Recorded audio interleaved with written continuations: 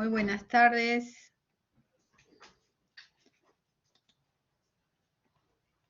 ¿Me escuchan? ¿Sí? Buenas tardes, doctora, sí se le escucha.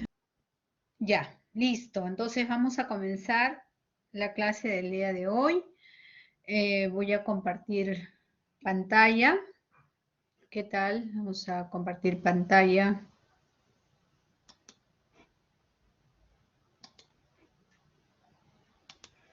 Listo. Que ya.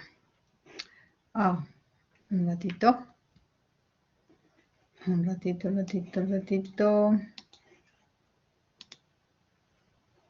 Que ya, ahora sí. Bueno, el día de hoy vamos a desarrollar una clase que es muy interesante porque en la práctica clínica ustedes van a tener que contar con algunas herramientas que complementen su presunción diagnóstica, más aún si es que están sospechando en procesos neoplásicos. Tenemos herramientas de laboratorio que nos ayudan, sin embargo, hay que tener algunas consideraciones para una adecuada interpretación. Los marcadores tumorales, en general, tienen varias definiciones. Hay algunas en las cuales están referidas a que son productos del tumor o si no, productos de mecanismos en la cual está involucrado, digamos, la producción del mismo tumor, ¿no? O sea, más que nada desde el punto de vista de sus metabolitos, de su actividad enzimática y que por lo tanto estos podrían ser considerados como marcadores tumorales. Pero en general son moléculas que pueden estar elevadas en presencia de un cáncer, ya sea por reacción del huésped ante el tumor o ya sea como producto del propio tumor. Estos marcadores tumorales, si bien es cierto, son moléculas que podrían corresponder a un órgano específico, pero lamentablemente a veces no es así. A veces estos marcadores tumorales también se pueden presentar en otros órganos que no tengan el origen de la producción de este marcador tumoral. Por eso es que tiene sus limitaciones. No son específicos de las neoplasias, ya que se pueden encontrar en concentraciones apreciables en gran número de situaciones fisiológicas o patológicas tumorales. Los marcadores tumorales en general nos ayudan siempre y cuando haya un contexto clínico, haya una presunción diagnóstica en la cual los elementos clínicos estén en relación a alguna patología de tipo tumoral y que ésta sea de tipo neoplásica. Mientras que no hay esto, los marcadores tumorales no deberían de pedirse de manera rutinaria y mucho menos decir como un pedido marcadores tumorales, ¿no? Como que a ver qué es lo que se encuentra dentro de todos estos marcadores, que me hagan un perfil de marcadores tumorales y a ver qué es lo que se encuentra. Porque eso implica carencia de nuestras propias habilidades para poder discernir sobre un cuadro clínico. Entonces, más bien, qué diferente sería que tenga una presunción diagnóstica clínica en relación a que parece que es una patología de ovario o que parece que es una patología de hígado tumoral neoplásica y que en base a eso, pues, pido el marcador tumoral correspondiente a esos órganos. Entonces, es mucho más selectivo, va a tener mayor rentabilidad diagnóstica el pedirlo de esa manera. Por otro lado, hay marcadores tumorales en las cuales lo vamos a tener en pocas concentraciones, o sea, no significa que no existan, están presentes en la sangre, pero sin embargo estas están en pequeñas cantidades, muy pequeñas cantidades, que no van a implicar, digamos, rasgos de patogenicidad tumoral neoplásica. Mientras que cuando estas aumentan en concentraciones, aumentan en valores, entonces sí que hay que darle importancia. Los marcadores tumorales en general, digamos que sería ideal que tuvieran una elevada sensibilidad y una elevada especificidad y que su valor predictivo positivo pueda ser realmente órgano específico o tumor específico, ¿no? Es decir, que me vaya a calificar de que este marcador tumoral corresponde a un órgano determinado donde se está dando el tumor neoplásico. Sin embargo, esto no es así. Muy pocos marcadores tumorales tienen estas condiciones, la mayoría no son inespecíficos. Y otra consideración importante que algunos están asociados a un solo tipo de cáncer, mientras que otros están asociados a dos o más, lo cual pierde especificidad, ¿no? Por ejemplo, nosotros podemos tener un antígeno carcino embrionario que se puede encontrar en cáncer de colon, pero también podríamos encontrar en cáncer de estómago. Entonces, como que no son marcadores que puedan señalar fehacientemente sobre qué origen está, más aún cuando no hay un contexto clínico. Entonces, no se ha encontrado aún un marcador tumoral universal que pueda detectar de manera muy específica, con una alta sensibilidad y con un alto registro de que realmente corresponda al órgano y a la neoplasia, y que pueda detectar cualquier tipo de cáncer. Hay cánceres, hay neoplasias en las cuales no tenemos marcadores tumorales, no sabemos cómo poder acercarnos a que pueda ser de naturaleza esa presencia de tumor o esa presencia de comportamiento clínico pueda ser sugerente a una neoplasia. ¿Qué tendría que tener como característica un marcador tumoral ideal? ¿Cuáles serían estos elementos que permitirían decir, bueno, sí, contamos con ellos, ¿no? Hoy en día hay mucho esfuerzo por tratar de conseguir realmente biomarcadores que señalen adecuadamente la presencia de un tumor en un órgano específico. Pero vamos a ver estas características de un marcador tumoral ideal. Primero que su determinación debe ser sencilla y de bajo costo. No podemos tener marcadores tumorales en las cuales sí tienen una alta especificidad y sin embargo pues tienen que ser realizados bajo metodologías completamente complejas y que sean de altísimo costo, que no estén a la mano de las personas para poderlas, digamos, para poderlas utilizar en ellas. No debe estar presente en sujetos no afectos y si lo están deben ser en concentraciones significativamente inferiores. Es decir, que debería marcar o debería señalar el marcador tumoral y permitir diferenciar y separar pacientes que tienen el tumor y pacientes que no tienen el tumor. Pacientes que no tienen el tumor pues, deberían estar en concentraciones mínimas o ausentes, mientras que detecte de una manera muy precoz pacientes que tengan la tumoración. Debe mostrar concentraciones estables y que no estén sujetas a situaciones importantes, ¿no? Por ejemplo, pacientes en las cuales tenemos que digamos, el marcador tumoral se va a ver afectado por procedimientos y que no tienen que ver netamente por la naturaleza del crecimiento del cáncer, ¿no? Algunos se mueven en relación, por ejemplo, el PSA al tacto rectal, otros que se pueden movilizar por enfermedades hepáticas o enfermedades renales, ¿no? Entonces, estos marcadores que no tienen, digamos, una estabilidad en cuanto a su concentración, muy independientemente de las comorbilidades o las situaciones que ocurra, entonces no lo torna como un marcador tumoral ideal. Debe ser específico para el tumor estudiado y comúnmente asociado con dicho tumor.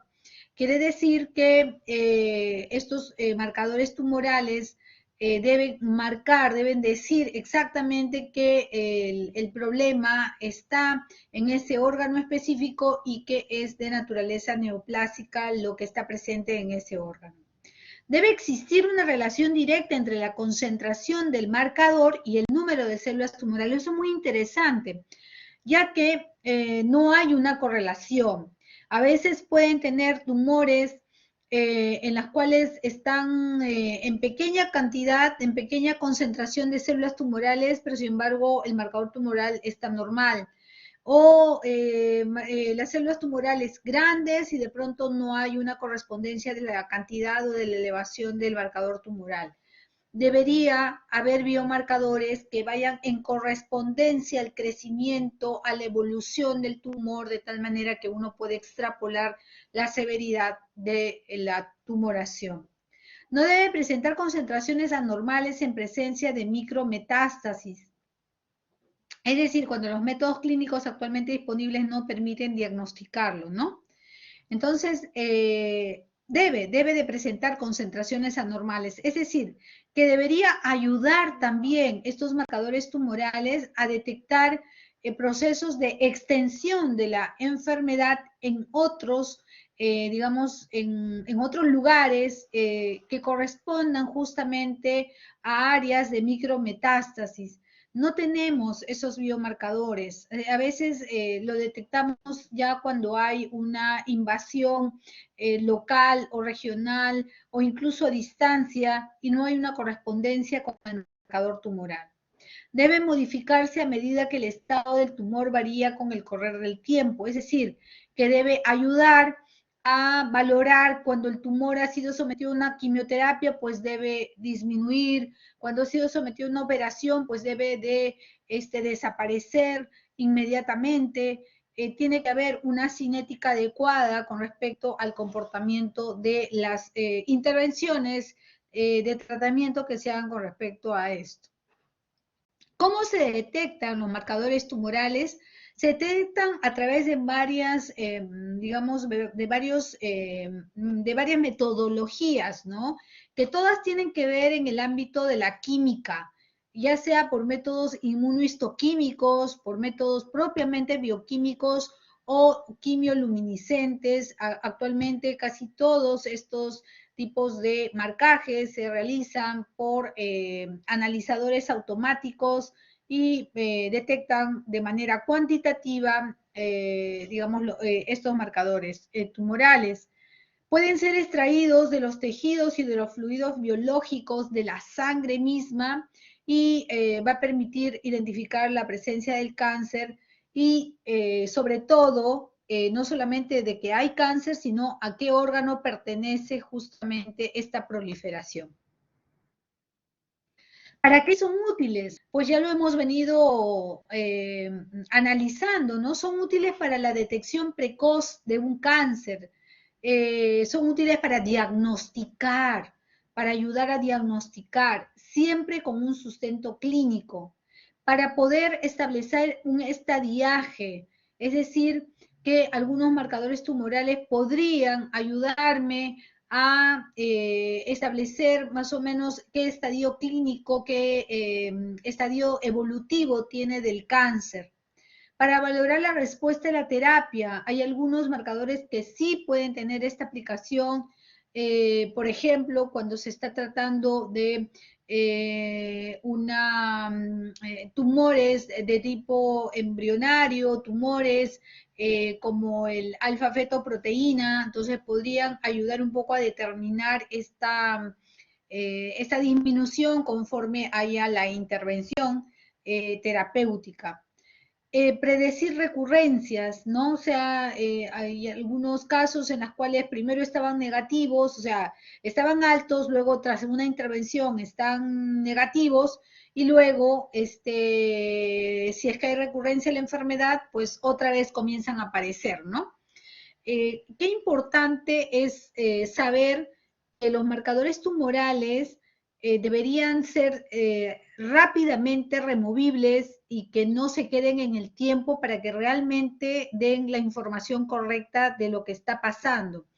porque de repente hay una extirpación o un tratamiento de quimioterapia y sin embargo el marcador tumoral todavía se demora en bajar. Entonces, debería esos marcadores tener una cinética rápida de tal manera que marque de una manera real, a tiempo real, lo que realmente pasa con el tumor. Hay muchos marcadores tumorales. Hoy en día tenemos una lista de más de 20, 25 marcadores tumorales del cual contamos.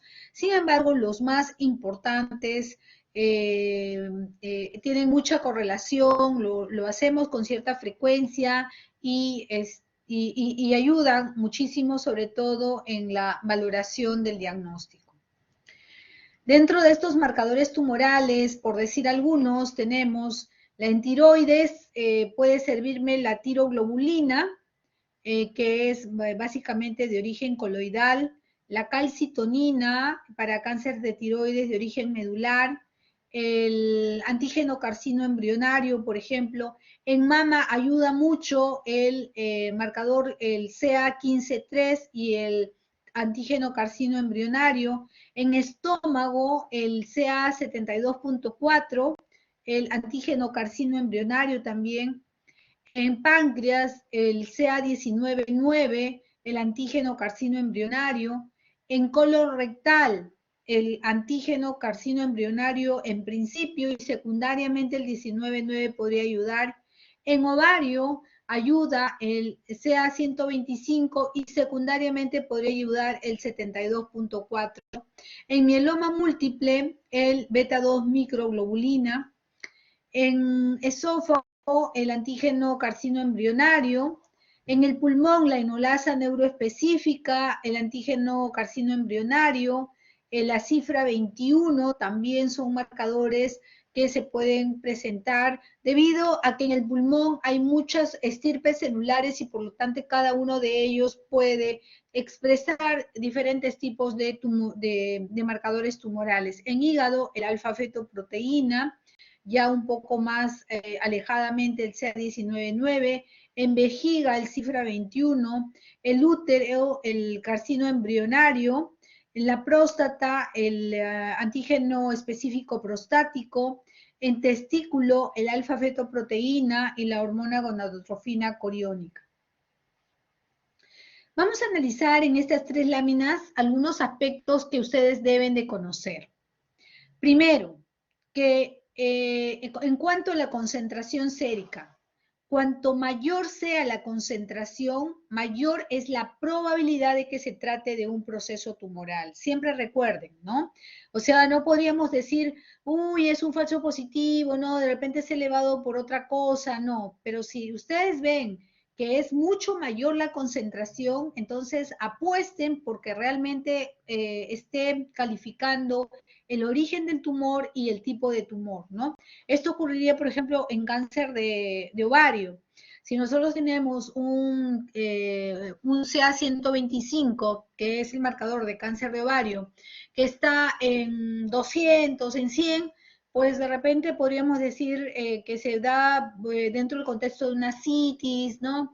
Dentro de algún ruido desde el punto de vista inflamatorio de ovario. Pero si ustedes ven una cifra por encima de 3.000, 4.000, entonces están hablando de que evidentemente lo más probable es que sea un cáncer de ovario. Como segunda consideración es realizar 2 o 3 determinaciones seriadas. Esto debe hacerse con un intervalo de tiempo superior a la vida media plasmática, que suele oscilar entre 2 a 3 semanas en la mayoría de los marcadores. ¿Por qué? Porque si los valores sufren un incremento a lo largo del tiempo, lo más probable es que nos encontremos ante un probable origen tumoral del mismo.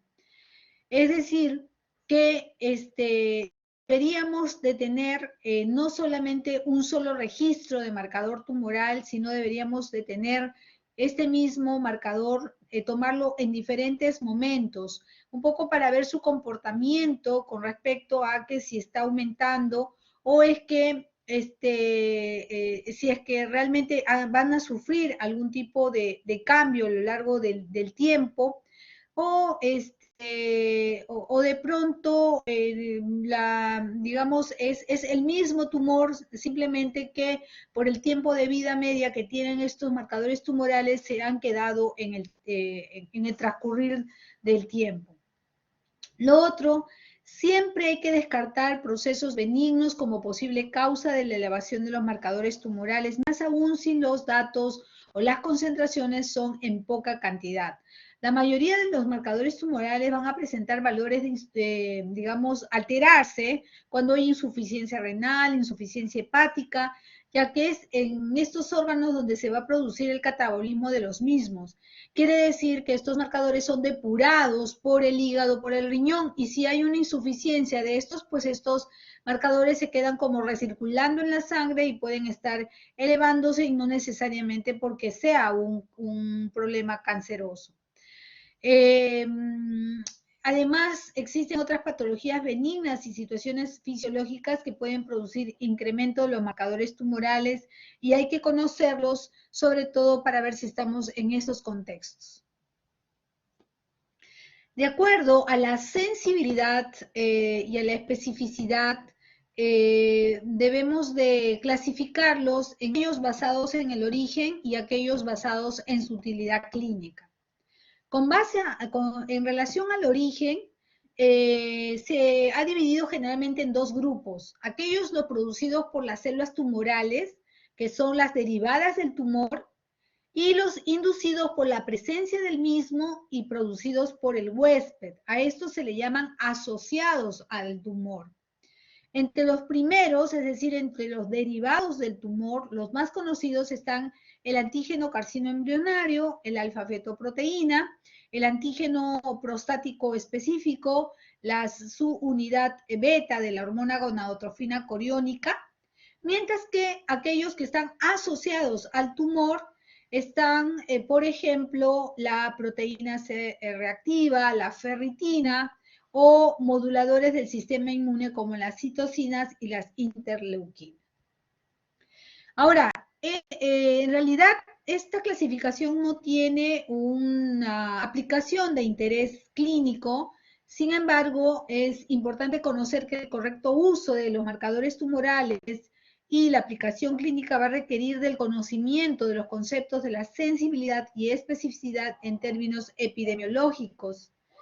Los marcadores tumorales ideales serían aquellos que solo pueden detectarse en pacientes con cáncer, es decir, que tienen una alta especificidad y que además puedan tener la capacidad de llevarse a cabo en los estadios más precoces de la enfermedad, es decir, desde pequeñísimas proliferaciones de células cancerosas debería ser detectada y eso sería una alta sensibilidad.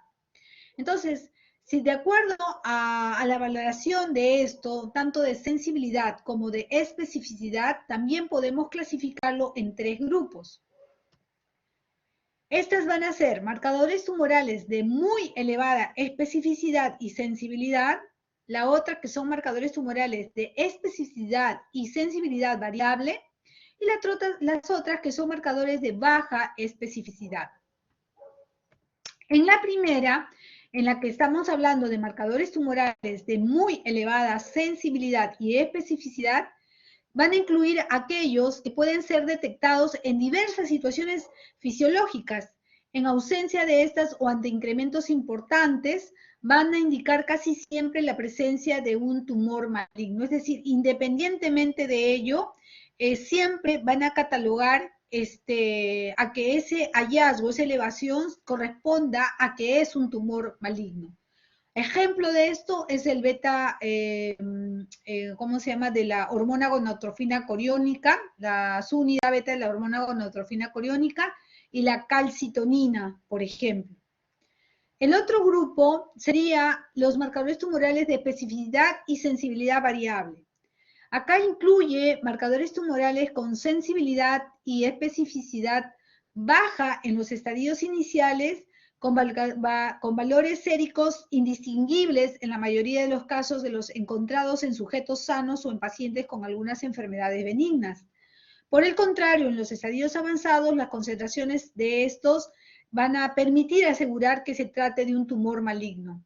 Entonces, va a ser variable de acuerdo justamente a ello, a los estadios iniciales o los estadios marcadamente floridos y por lo tanto van a tener la capacidad de poder marcarlos como tal.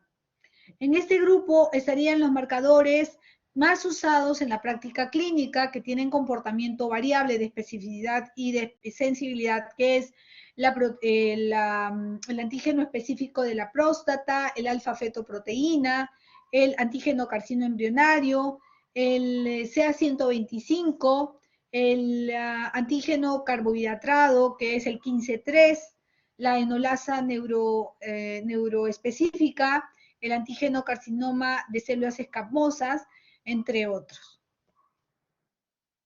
En la tercera están aquellos en las que son de baja especificidad, es decir, en este grupo son marcadores que se encuentran, los marcadores con una sensibilidad dependiente del estadio, pero cuya especificidad va a ser baja, incluso en las fases avanzadas de la enfermedad.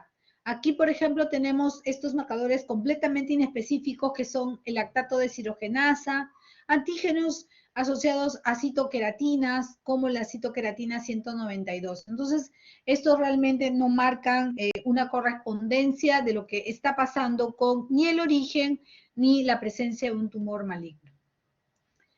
En este cuadro, lo que se ha querido mostrar es, primero, la correspondencia del marcador tumoral con respecto al origen, y segundo, cómo marcaría la sensibilidad y la especificidad, ¿no? Acá vamos a ver algunos ejemplos. Por ejemplo, para el carcinoma embrionario en colon, vamos a tener una alta especificidad y una sensibilidad también alta, digamos, generalmente mayor de 0,75, 0,70, estamos hablando de alta, no es muy alta, ¿no? Muy alta ya serían por encima de 90, 95, pero hay una correspondencia. Pero si nosotros decimos, a ver, ¿cómo se comportaría el 19,9 también para colon? Vemos que es de baja sensibilidad. Sin embargo, hay una alta especificidad para, ¿cómo se llama?, para este marcador. Y con el páncreas, ¿qué pasa con el páncreas cuando se dosa 19,9? Estas son de alta sensibilidad y alta especificidad. Entonces, hay una muy buena correspondencia. Con respecto a mama, vamos a ver, por ejemplo, el antígeno, el CA15-3, tiene una baja sensibilidad, ¿sí? O sea, es decir, que con tumores pequeñitos probablemente no se vaya a detectar alterada el CA15-3. Sin embargo, cuando está presente, hay una gran correspondencia que se trate de un NM de mama, y esto es lo que hace tener una alta especificidad. Con respecto a la próstata, antes se utilizaba la fosfatasa ácido prostática, ha sido reemplazada por el antígeno específico prostático, y estas están con una sensibilidad intermedia, pero una alta especificidad. Cuando está alto, pues sí que corresponde a que verdaderamente hay un problema de próstata neoplásico. ¿Qué pasa con ovario? Ovario tenemos con el 125, estas son de alta sensibilidad y especificidad, como lo que ocurre también en páncreas con el 19,9, ¿no? Entonces, miren cómo muy pocas marcadores tumorales tienen esta correspondencia de alta sensibilidad con alta especificidad, mientras que los otros pueden tener diferente comportamiento variable. Ahora, este otro cuadro lo que trata de mostrar es que un marcador tumoral se puede observar en diferentes estirpes o en diferentes orígenes de órganos. Entonces, lo que pierde la especificidad, ¿no es cierto? Por ejemplo, el carcinoma embrionario, cuando tengo neoplasia de pulmón, de colon, de estómago, de ovario, de mama, de útero. Entonces, ¿qué es lo que hace que realmente se tenga la importancia de haberlo pedido cuando tengo un sustento clínico, cuando tengo digamos, un norte, una valoración desde el punto de vista de una buena historia clínica, con buen registro de síntomas, de signos, como para poder orientar, si no me perdería, ¿no? Si solamente digo, el carcinoma embrionario, pues en realidad no sé de dónde es. El 15-3 se puede ver en pulmón, ¿no es cierto? Sabemos que es un marcador de mama, pero se puede ver en pulmón, en ovario, en mama. El antígeno asociado a carcinoma mucinoso en pulmón, en mama. El SEAM 12-15 en pulmón, en estómago, en ovario, en útero. El 19-9 lo puedo ver en pulmón, en colon, en estómago, en ovario, en útero. Acá no está, que efectivamente sería la que más correspondencia sería páncreas, por ejemplo, ¿no? El 72.4 que sabemos que es de estómago, en colon también se puede ver, en estómago, por supuesto, en ovario, mama, útero. Y en fin, entonces, los marcadores tumorales, estimados alumnos, son marcadores que nos pueden ser útiles con una adecuada interpretación, pero con un contexto clínico. Si es que no, a veces no se comportan con estos criterios de marcadores ideales y por lo tanto puedo tener estos sesgos. Entonces, ya sería otra forma de clasificarlo a los marcadores tumorales de acuerdo a qué son, ¿no? Si son proteínas oncofetales, ahí tenemos al alfa-fetoproteína y al carcino embrionario. Si son antígenos tumorales, está el 125, el 19,9 y el 15,3. Si son enzimas, está la enolasa neuroespecífica, el antígeno prostático específico y el de la deshidrogenasa láctica.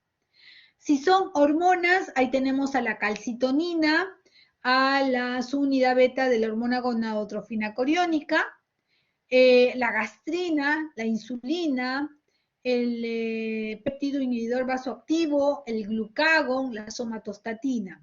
Y otros que no están dentro de estos grupos, que vendría a ser la ferritina, la tiroglobulina, la beta-2 microglobulina, ¿no? Por ejemplo, el alfa-fetoproteína se ve en el hepatocarcinoma, el antígeno carcinoma embrionario en el colon, el 125 en ovario, el 19,9 en páncreas, el 15,3 en mama, la enolasa neuroespecífica en tumores neuroblastoma, el antígeno prostático en el cáncer de próstata, la calcitonina en el cáncer medular de tiroides, en la beta-2, en la unidad beta de la hormona gonadotrofina coriónica, en cánceres de testículo o de mola y datiforme, ¿cómo se llama? Derivados de la placenta. En fin, todas, la beta-2 microglobulina en mieloma múltiple, por ejemplo, en linfomas. Entonces, hay marcadores tumorales que ayudan, sí, pueden tener una, digamos, correspondencia también con otros orígenes. Sin embargo, por eso que les estoy mostrando diferentes clasificaciones como para que ustedes siempre traten de hacer como que una unidad clínica y complementar una con la otra. Vamos a ver algunas de ellas. Por ejemplo, en el caso del alfa-fetoproteína, esto específicamente se ve en el hepatocarcinoma. Puedo tener también hepatocarcinomas que tienen un alfa-fetoproteína normal, es decir, que no está elevado. Sin embargo, cuando está elevado hay que sospechar en hepatocarcinoma, también se ven tumores germinales. ¿Qué otros neoplasias también se pueden ver el alfa-fetoproteína elevado? Cuando tengo cáncer de páncreas, estómago, colon y pulmón. ¿Dónde se ve falsos positivos? Es decir, que aparece alto, sin embargo no corresponde a una neoplasia. En hepatopatías crónicas. Los valores van a estar siempre por debajo de 10, pero tiene alta posibilidad de que realmente corresponda a un tumor maligno cuando están mayor de 75. En cuanto al antígeno carcino embrionario, se ve en cáncer de colon, de tubo digestivo. En otros cánceres se puede ver en mama, pulmón, páncreas, estómago y ovario. Se puede ver falsos positivos cuando hay unas intervenciones quirúrgicas en enfermedades intestinales inflamatorias, en enfermedades pulmonares obstructivas crónicas, en enfermedades hepáticas, en el consumo de cigarrillos, y los valores deben mantenerse por debajo de 5. Sin embargo, cuando están mayor de 25, alta posibilidad de que corresponda a una neoplasia de colon. El 125 lo veo en el cáncer de ovario no mucinoso, pero también puedo encontrarlo en cáncer de endometrio, de páncreas, de pulmón, de mama, de colon. Se puede encontrar falsos positivos en el embarazo y puede estar aumentado, cuando hay ascitis, en la menstruación, en enfermedades del endometrio. Generalmente debe estar menos de 35, esa es la forma donde debería encontrarse solamente en esos niveles, pero cuando está mayor de 500 hay que sospechar que estamos frente a una neoplasia maligna. Con el CA19-9 se encuentra en el cáncer de páncreas, también se puede encontrar en el cáncer de estómago, en el mucinoso de ovario, en colon, en pulmón. Hay falsos positivos en enfermedades pancreáticas crónicas, sobre todo pancreatitis crónica. Debe mantenerse en valores menor de 37, eso es lo normal. Sin embargo, cuando tiene valores por encima de 1000, hay que sospechar en tumores malignos. El 15-3 se ve en cáncer de mama, también se puede observar en cáncer de ovario, pulmón y próstata. Los falsos positivos se ven en enfermedades pancreáticas, y los valores deben estar por debajo de 35 y sospechar de que estamos frente a un cáncer de mama por encima de 100. El antígeno prostático específico se ve en cáncer de próstata. ¿Cuándo puede haber un falso positivo? Cuando se hace un tacto rectal puede elevar el PSA. En algunas otras patologías benignas de próstata también pueden encontrarse aumento de PSA. Debe hallarse en valores menores de 4, sin embargo, con valores mayores de 20, debe de sospecharse altamente correspondiente a un cáncer de próstata. La deshidrogenasa láctica se ve en tumores germinales no seminomatosos, en linfomas, enfermedad de Ewing. La enolasa neuroespecífica se ve en el neuroblastoma, ¿sí? La calcitonina en el cáncer medular de tiroides y la unidad beta de la hormona gonadotrofina coriónica en tumores de tipo trofoblástico. Bueno, esto vendría a ser como que el resumen de los marcadores tumorales. Siempre cuando vayan a pedir sean bastante específicos, son muy costosos, por lo tanto no puedo decir así como si se jugara la tinca, a ver, marcadores tumorales, y que el laboratorio pues haga todos los marcadores, y eso significa de que no hay un buen raciocinio de parte del clínico para poder hacer un pedido específico, ¿no? Depende del cuadro clínico, es que uno va pidiendo. Si tengo sospecha de tiroides, pues pediré marcadores para tiroides. Si tengo de mama, para mama. Si tengo de ovario, para ovario, y así. Eso es lo que le da la validez del pedido y, por supuesto, la utilidad del pedido. Hay tumores también que tienen actividad neuroendocrina digestiva y que también ayuda pidiéndolo. Por ejemplo, cuando estoy sospechando de un gastrinoma, puedo pedir la gastrina. Cuando estoy sospechando de un insulinoma, puedo pedir la insulina.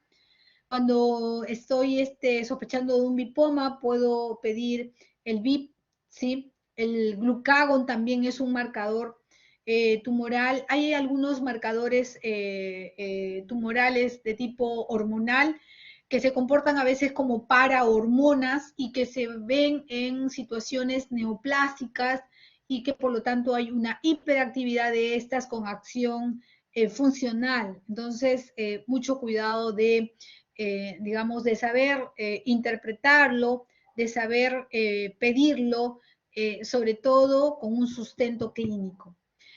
Cuando ustedes van a valorar si está elevado o no está elevado, siempre fíjense los valores de referencia y las unidades con las cuales se le está reportando.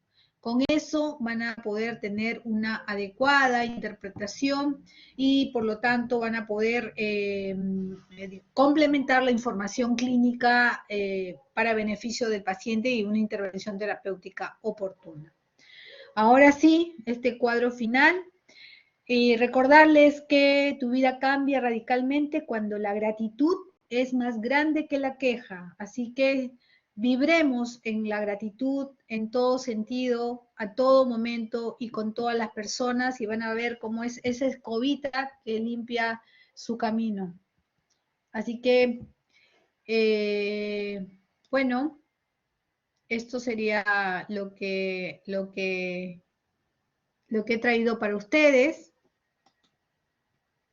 Si no hubiera ninguna pregunta,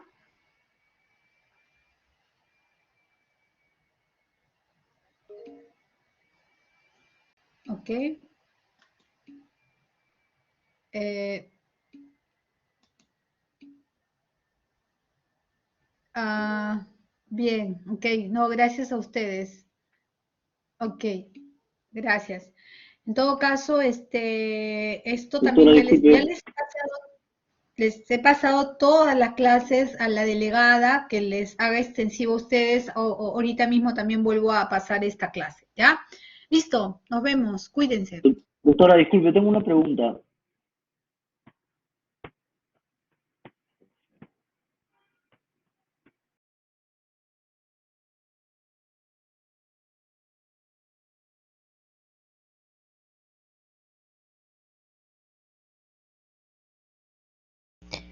Doctora, disculpe, no se olvide de parar la grabación, por favor.